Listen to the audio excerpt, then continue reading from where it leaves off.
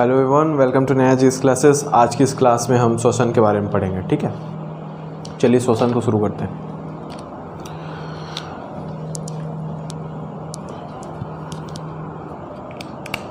श्वसन क्या है? श्वसन सबसे पहले तो जानते हैं। श्वसन एक जैव रासायनिक अभिक्रिया है। ठीक है, ये एक जैव रासायनिक अभिक्रिया है जो कोशिकीय स्तर पर संपन्न होती है।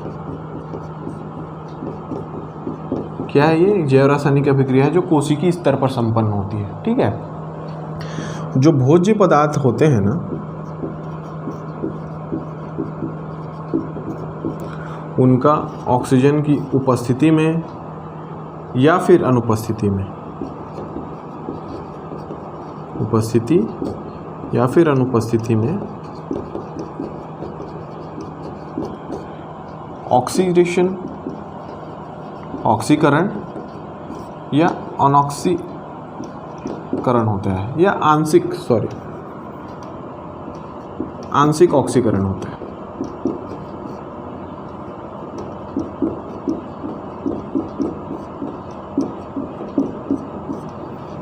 ठीक है, भोज्य पदार्थों का ऑक्सीजन की उपस्थिति या फिर अनुपस्थिति में ऑक्सीडेशन होता है या फिर आंशिक ऑक्सीडेशन होता है, आंशिक ऑक्सीकरण होता है। ठीक है, तो इस क्रिया में जो है ना, ऊर्जा मुक्त होती है, एनर्जी रिलीज होती है। ठीक है, एनर्जी रिलीज होती है किसमें? एटीपी के रूप में। और ये जो एटीपी के रूप में एनर्जी रिलीज जो होती है ना, रासायनिक ऊर्जा के रूप में संचित हो जाती है हमारे बॉडी में या जीवों में। रासायनिक ऊर्जा के रूप में संचित हो जाती है। ओके, अब एटीपी क्या होता है? एटीपी होता है एडिनोसिन ट्राइफॉस्फेट। ठीक है, ये होता है एटीपी। क्या पढ़ा हमने? ये एक जैव रासायनिक अभिक्रिया है जो कोशिकीय स्तर पर संपन्न होती है। ठीक है, इसमें भोज्य पदार्थों का ऑक्सीजन की उपस्थिति या अनुपस्थिति में ऑक्सीडेशन या आंशिक ऑक्सीकरण होता है। इस प्रक्रिया में ऊर्जा मुक्त होती है। ठीक है, ऊर्जा मुक्त होती है किस रूप में? एटीपी के रूप में, और जो है ना, रासायनिक ऊर्जा के रूप में वो संचित हो जाती है। इस प्रक्रिया में जो है ना, ग्लूकोज का हम लोग उपयोग करते हैं, ग्लूकोज का उपयोग होता है। ठीक है, इस प्रक्रिया में ग्लूकोज का उपयोग होता है।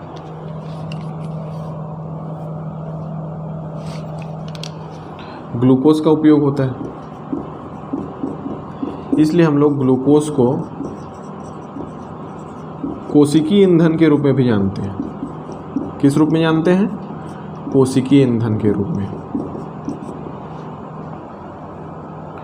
ठीक, इस प्रकार श्वसन एक जैव रासायनिक अभिक्रिया है जिसमें भोज्य पदार्थों में जो कार्बोहाइड्रेट उपस्थित रहता है, उनका ऑक्सीजन की उपस्थिति में ग्लूकोज के माध्यम से जो है ना, ऑक्सीजन की उपस्थिति या अनुपस्थिति में पूर्ण ऑक्सीकरण या फिर आंशिक ऑक्सीकरण होता है, जिसके फलस्वरूप क्रमशः जो है CO2 H2O ethyl alcohol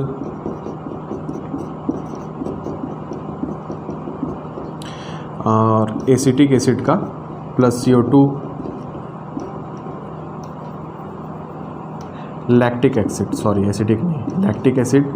lactic acid का निर्माण होता है। ठीक, ये प्रक्रिया है। क्या होता है ये? C6H12O6 प्लस 6O2 श्वसन हो रहा है, श्वसन की अभिक्रिया। क्या बन रहा है 6CO2 6H2O plus 38 ATP energy. ठीक है, ये जो रिएक्शन है ना ऑक्सीडेशन का, अभी हम आगे पढ़ेंगे तो आपको समझ में आएगा। अब हम देखते हैं ये जो श्वसन की प्रक्रिया है ना, दो चरणों में संपन्न होती है। एक तो होता है आपका बाह्य श्वसन और दूसरा होता है अंतः श्वसन। ठीक है, चलिए इसको आप नोट डाउन कर सकते हैं, एक स्क्रीनशॉट ले सकते हैं, बहुत इम्पोर्टेंट है। अब चलिए हम बाह्य श्वसन को भी जानते हैं। आई थिंक हमने ले लिया होगा, हम देखते हैं बाह्य श्वसन के बारे में।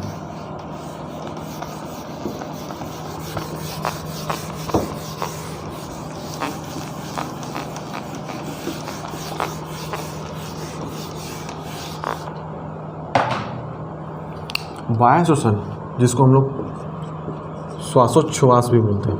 क्या बोलते हैं? श्वासोच्छ्वास। देखिए क्या होता है श्वासोच्छ्वास।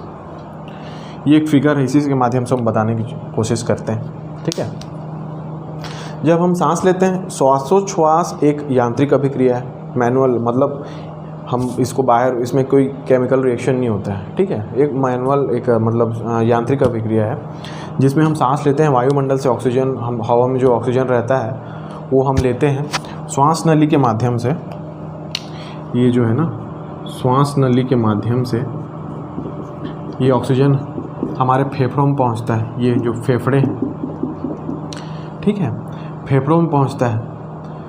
अब हमारे शरीर में मैकेनिज़्म कैसा है कि जो ऑक्सीजन होता है ना वो रक्त के माध्यम से शरीर की दूसरी कोशिकाओं तक पहुंचता है। ठीक है, रक्त के माध्यम से,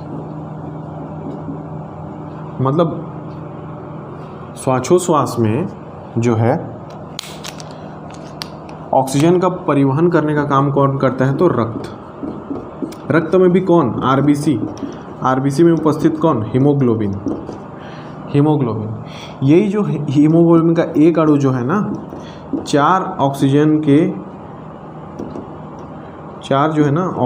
अणु को, ऑक्सीजन के जो है ना अणुओं को ट्रांसपोर्ट करता है, मतलब एक, और क्या बनाता है? ऑक्सी हीमोग्लोबिन बनाता है ये। ठीक है, उसी फॉर्म में ये रक्त के माध्यम से शरीर के विभिन्न कोशिकाओं तक ऑक्सीजन को पहुंचाता है। अब कोशिकाएं ऑक्सीजन लेती हैं और कार्बन डाइऑक्साइड जनरेट करती हैं। ठीक है, ये कार्बन डाइऑक्साइड कोशिकाओं के माध्यम से वापस रक्त के माध्यम से वापस हमारे फेफड़ों में पहुंचता है, और फेफड़ों से ये फिर जाता है श्वास नली के माध्यम से बाहर, ये वायुमंडल में हम इसको निकाल देते हैं कार्बन डाइऑक्साइड को। ठीक है, ये प्रक्रिया होती है श्वासोच्छ्वास की, और विभिन्न प्रक्रिया जिसके अंदर होती है। ये ओवरऑल एक श्वासोच्छ्वास की प्रक्रिया है। अब हम बात करते हैं श्वसन की, अंतः श्वसन। किसकी बात करते हैं हम? अंतः श्वसन। अंतः श्वसन, इसमें भी दो श्वसन होते हैं। अंतः श्वसन को दो भाग में हम बांटेंगे। अंतः श्वसन को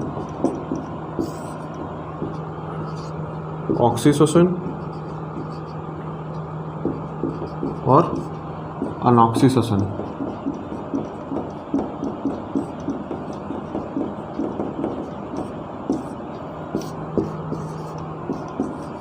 किसमें अंतःश्वसन को बांट दिए हम लोग, ऑक्सीश्वसन और अनऑक्सीश्वसन। अब क्या होता है देखते हैं, अनऑक्सीश्वसन क्या होता है और ऑक्सीश्वसन क्या होता है, ये देखते हैं। ठीक है,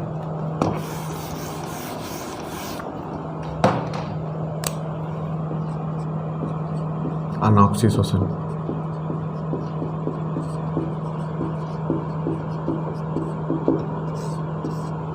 जैसे कि हमने पढ़ा श्वसन की जो परिभाषा में है, हमने इंट्रोडक्शन में भी देखा कि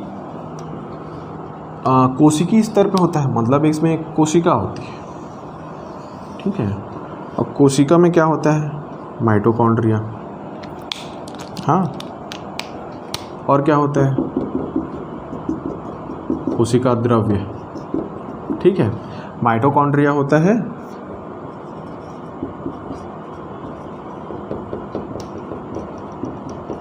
और साइटोप्लाज्म क्या? कोशिका द्रव्य। ठीक है, कोशिका द्रव्य।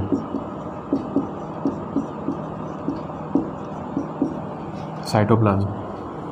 ठीक है, तो अनाक्सिसोसन में क्या होता है, ये एक मतलब एंजाइमेटिक क्रिया है, मतलब एंजाइम जो है ना इसके मतलब विभिन्न चरणों में संपन्न होती है, इसमें एक उत्प्रेरक का काम करता है एंजाइम।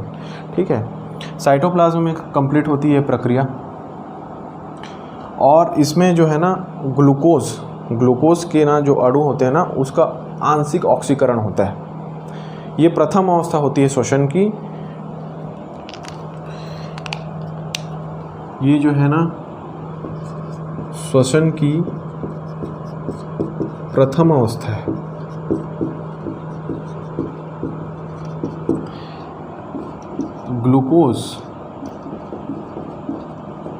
ग्लूकोज के एक अणु का यहाँ पे रिएक्शन करेंगे, रिएक्शन होगा। ये जो प्रक्रिया है ना, ये प्रक्रिया कहलाती है, क्या कहलाती है, ग्लाइकोलिसिस। ये प्रक्रिया जो है ना ग्लाइकोलिसिस कहलाती है। अनाक्सिसोसन में भी ग्लाइकोलिसिस की प्रक्रिया होती है, ऑक्सीसोसन में भी ग्लाइकोलिसिस की प्रक्रिया होती है। ग्लूकोज का एक अणु ग्लाइकोलिसिस की प्रक्रिया के उपरांत जो है ना 2 पायरोटिक एसिड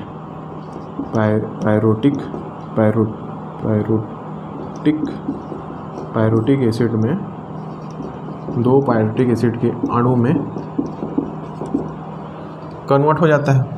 ठीक है, 2 पायरोटिक एसिड के अणु में ये जो है ना कन्वर्ट हो जाता है।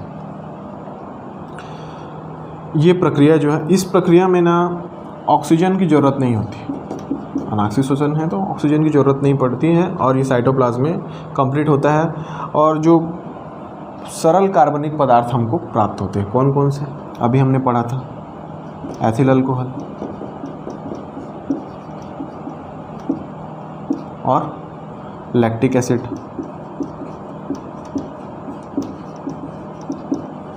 ये किसमें है, जीवाणुओं में। लैक्टिक एसिड कहाँ हमारे ये जो है बैक्टीरिया में और कहाँ, बैक्टीरिया के अलावा मांसपेशियों में। जब हम ज़्यादा मेहनत करते हैं ना, कठिन मांसपेशियों का वर्कआउट करते हैं, जैसे बहुत ज़्यादा कसरत कर लेते हैं, हमारा शरीर दर्द करना शुरू हो जाता है। क्यों शुरू होता है, हमारे मांसपेशियों में जो है ना लैक्टिक एसिड का जमाव हो जाता है। इसी कारण से हमारा शरीर जो है ना दर्द करता है। ठीक है, एथिल अल्कोहल का निर्माण होता है, लैक्टिक एसिड का निर्माण होता है। कुछ इस तरह से इसका रिएक्शन होता है। ठीक, C6H12O6 6O2 एंजाइम अनाक्सिसोसन है ये। तो ऑक्सीजन की अनुपस्थिति रहती है, ऑक्सीजन अनुपस्थित रहता है, क्या बनता है, Su2C2H5OH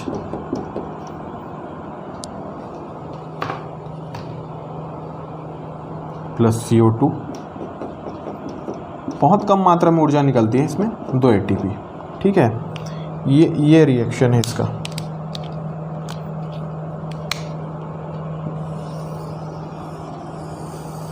ये है एथिल अल्कोहल,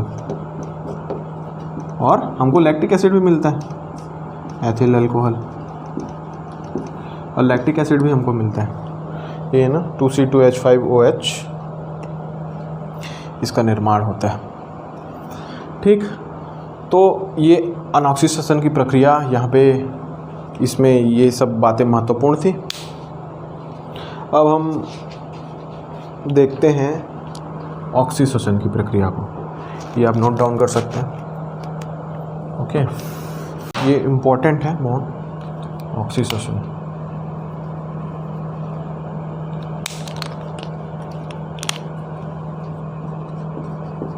ऑक्सीडेशन देखते हैं इसमें क्या।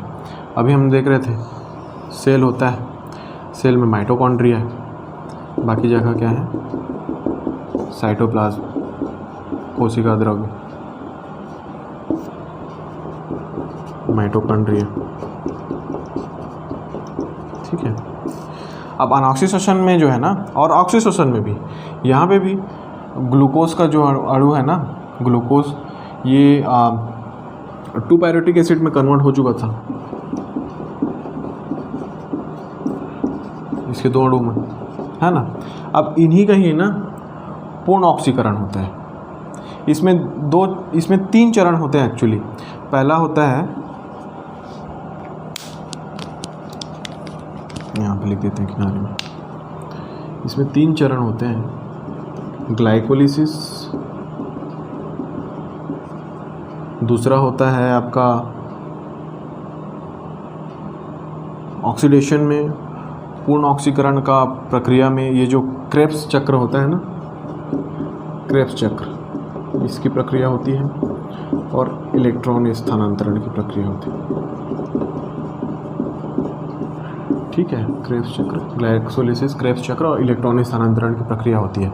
अब ग्लाइकोलिसिस की प्रक्रिया में ग्लूकोज का जो अणु है वो 2 पायरेटिक एसिड में कन्वर्ट हो जाता है। अभी इसी 2 पायरेटिक एसिड का जो होता है ना पूर्ण ऑक्सीकरण हो जाता है।